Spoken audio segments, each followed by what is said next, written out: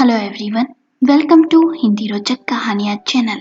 आज की कहानी है सासू माँ पर रुपए खर्च करने से अच्छा है कि हम अपने बच्चे के भविष्य पर खर्च करें। अगर आपको कहानी पसंद आए तो वीडियो को लाइक करें, शेयर करें और चैनल को सब्सक्राइब करें। ये कहानी स्वरचित और मौलिक है। संगीता 50 साल की महिला, उसके घर में उसका बेटा विपिन और बहू पूजा रहते थे। संगीता के पति कुछ साल पहले ही चल बसे। उनकी प्राइवेट नौकरी थी। जो भी थोड़ी बहुत बचत की वो बेटे की पढ़ाई और घर बनवाने में लगा दी।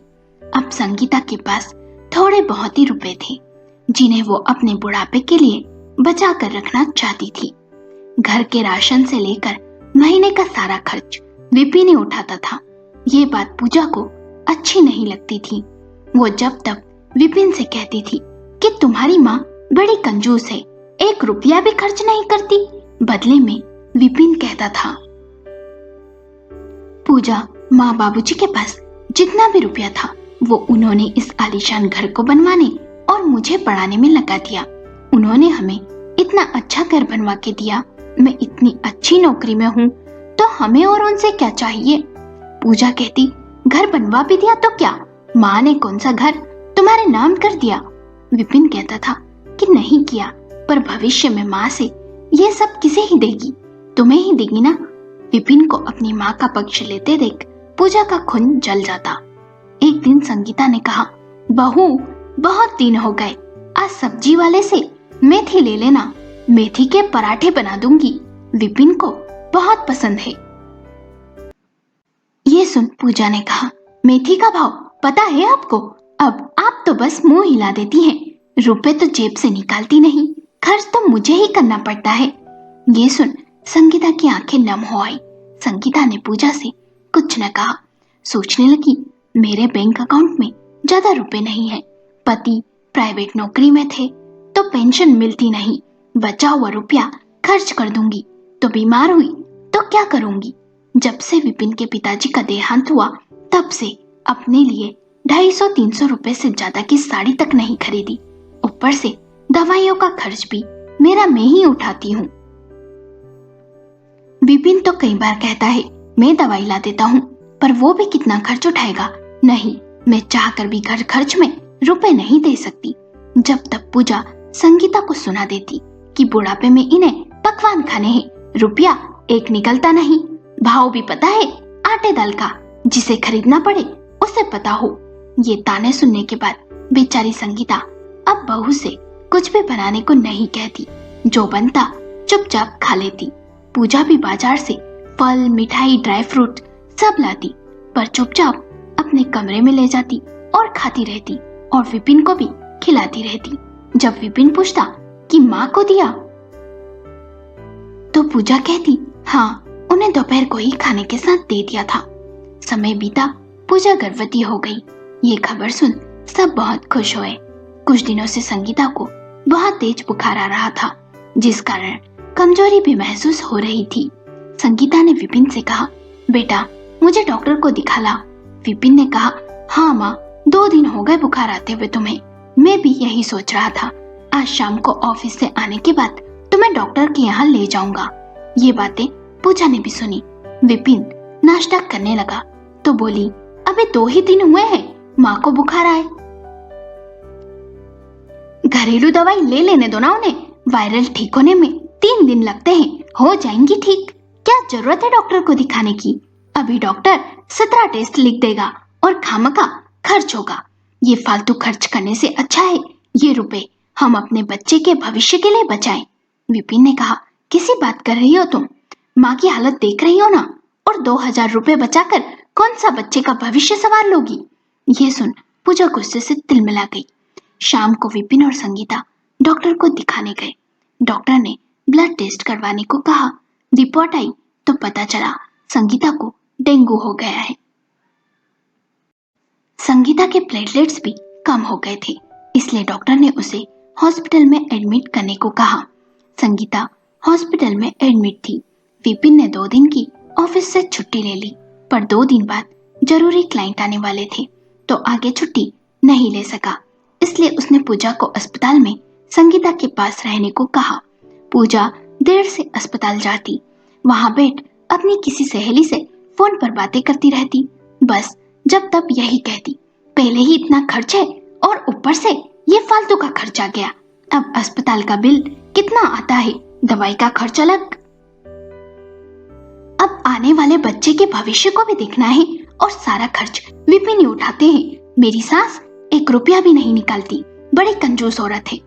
संगीता के कानों में जब ये बातें पड़ती तो मन दुख जाता।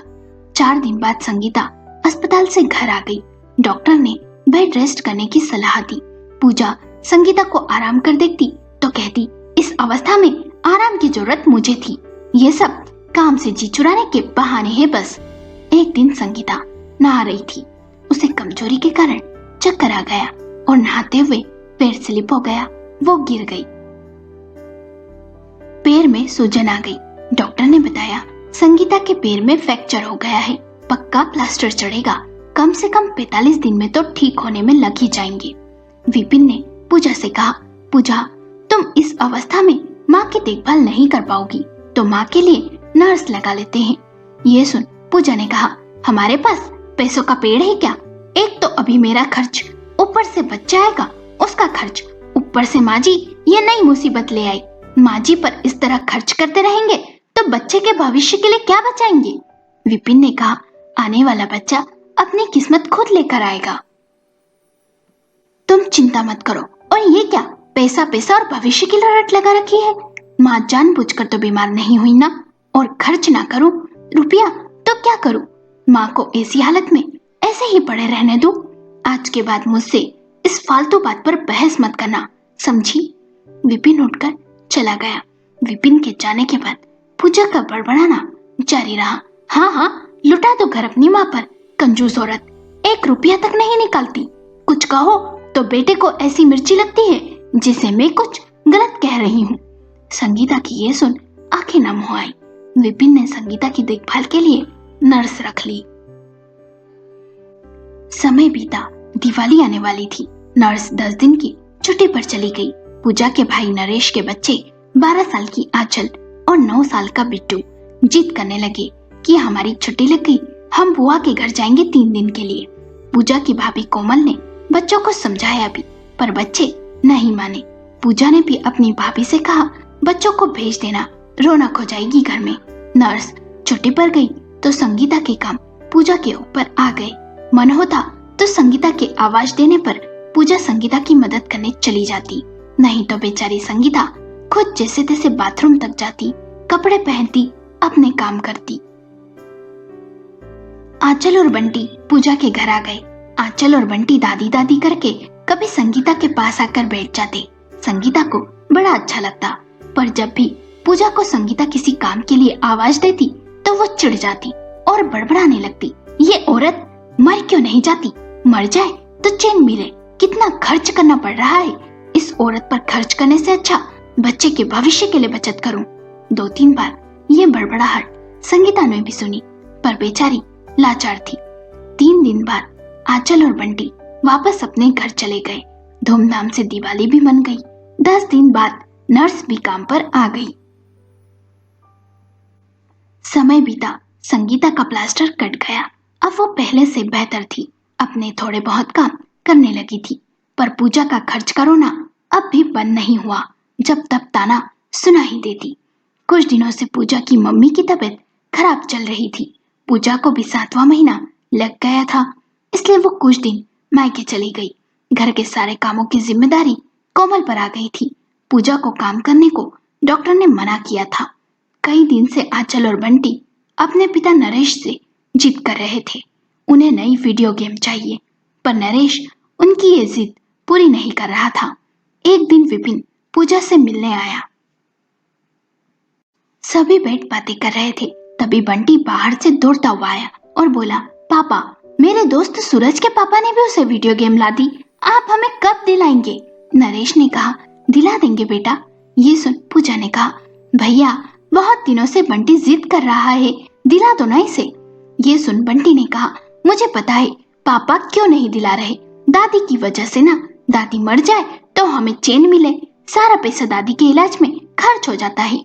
ये सुन नरेश को बहुत गुस्सा आया और पूजा को भी।